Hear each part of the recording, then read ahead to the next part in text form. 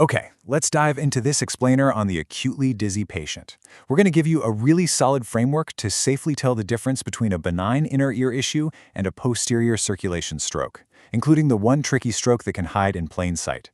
So let's kick things off with a number that should really grab your attention: 95%.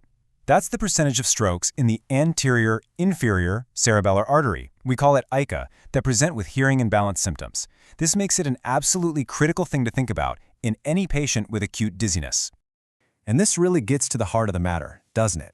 Can you, right there at the bedside, confidently separate this brain-threatening emergency from something benign like labyrinthitis? The answer is yes, you absolutely can, but it takes a very specific, structured approach.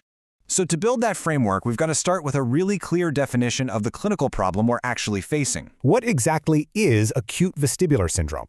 AVS is a very specific clinical syndrome. We're talking about continuous vertigo that goes on for more than 24 hours, and it comes along with nystagmus, nausea, and problems with their gait. Now, when you see this, your differential diagnosis really narrows down to three main players: a peripheral issue, like vestibular neuritis, a more typical posterior circulation stroke, or the one we're really going to focus on today, the dangerous AICA stroke that can perfectly mimic a peripheral problem.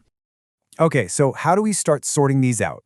Well, our first and frankly most powerful tool is the HINTS exam. This three-part exam is actually more sensitive than an early MRI for spotting a posterior circulation stroke. So let's break it down. First up is the head impulse test, and this is where it gets a little counterintuitive. An abnormal test, where you see a clear corrective saccade, is actually the reassuring peripheral finding.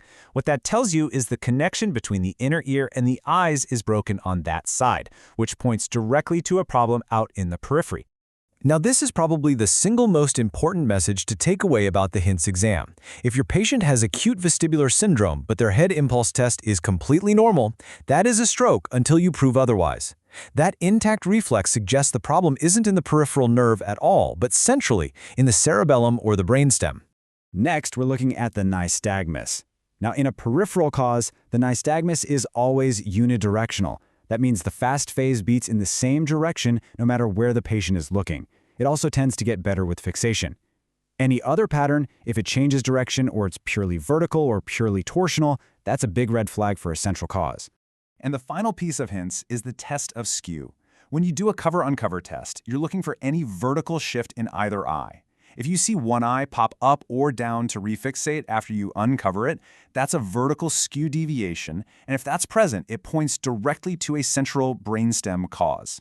So let's recap. If we've got an abnormal head impulse, unidirectional nystagmus, and no skew, we've found a peripheral pattern. We're safe to diagnose neuritis or labyrinthitis and just move on, right? Not quite. And this is the twist that makes this pathway so vital for patient safety. There is one specific type of stroke that can show up with a perfectly reassuring peripheral pattern on the HINTS exam. And this is the AICA infarction. The reason it's such a perfect mimic all comes down to the anatomy, the plumbing. You see, for about 80% of us, the labyrinthine artery, which is the only blood supply to our inner ear, it branches directly off the AICA. So a blockage in the AICA is technically a brainstem and cerebellar stroke, but it also causes an infarction of the inner ear itself, which creates a true peripheral problem that's caused by a central event.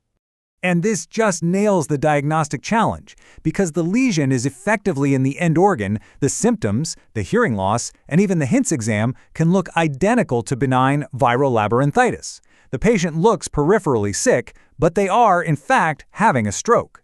So, if the HINTS exam can be fooled, how do we find this hidden stroke?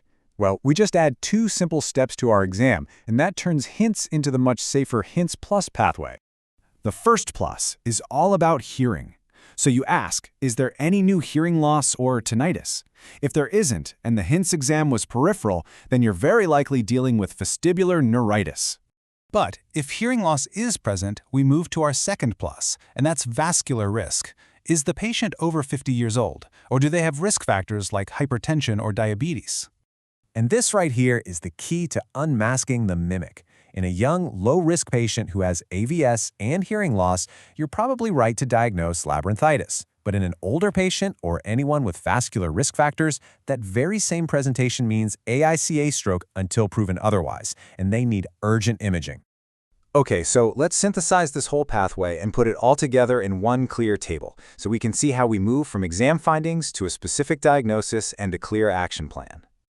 So this slide really puts it all together. Notice how a peripheral hints pattern is our starting point. From there, it's just a simple branching path. Is there a hearing change? No, that's vestibular neuritis. Is there a hearing change in a low-risk patient? That's labyrinthitis.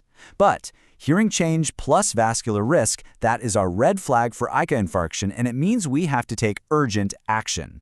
Okay, that was a pretty dense but incredibly high-yield pathway. So let's lock in the 3 most important practice-changing points from this whole explainer. Number 1, always think about the 3 main causes of AVS. Number 2, trust the hints exam, but you have to know its blind spot, the AICA stroke. And number 3, use hearing loss plus vascular risk as your safety net. That combination is an AICA stroke until an MRI proves it's not. So, now that we know how to make the diagnosis safely, our next explainer is going to dive right into management.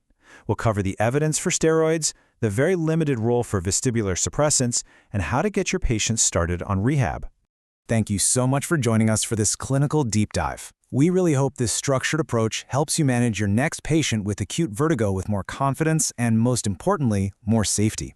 For more resources, head over to AustralianDizzinessClinics.com.